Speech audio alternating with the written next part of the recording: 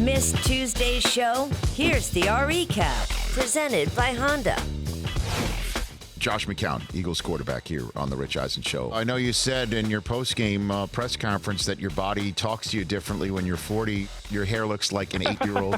As a man follically challenged at age 50, I noticed these things. You had told our producer at the beginning while you're on hold, you have a photograph of the two of us from back in the day at the NFL Network. We're sitting there in those two club chairs in that first studio. You were less follically challenged in that picture. It's a lot of flow. There's a lot of flow. A lot is generous, but there's flow there for sure. Tony Dungy here on the Rich Eisen Show. What do you think Brady's going to do? One thing I know he's not going to do is retire. He wants to play 3 more years. He doesn't want to go out on an off year. Worst comes to worst, I think Tom will do that. He'll go somewhere else and set a very high standard. Crazy as it sounds, the best spot might be Indianapolis.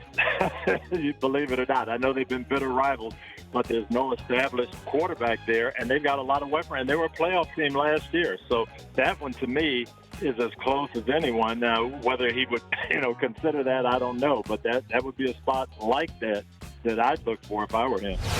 The famed Swirsky Brothers sketch from Saturday Night Live. Right. It's you, George Wendt, and Robert Smigel, right? Yes, and Mike Myers. Knowing that I was from Chicago, Smigel, who's not even from Chicago, he's from New York, he came up with this idea of says, hey, why don't we do the skit about the Bears? The next day, my phone is ringing off the hook from people in Chicago saying, hey, man, they're playing your skit like on the radio. And then next time I go to Chicago, they've got like billboards up saying the Bears, the Bulls, the Cubs. I think it's affected the speech patterns of people in Chicago.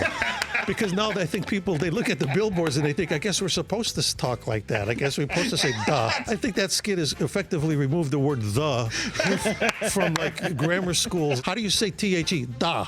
All right, very good. Move on.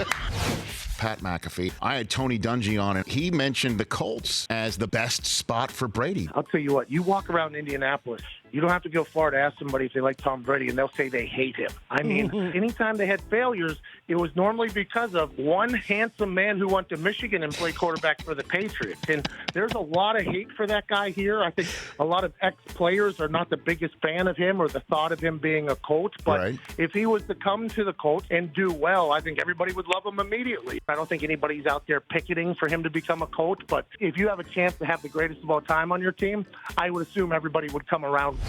Chris Brockman is going to eat a slice of Mike Del Tufo's hat. Give it a good rub. Are you kidding me? Nope.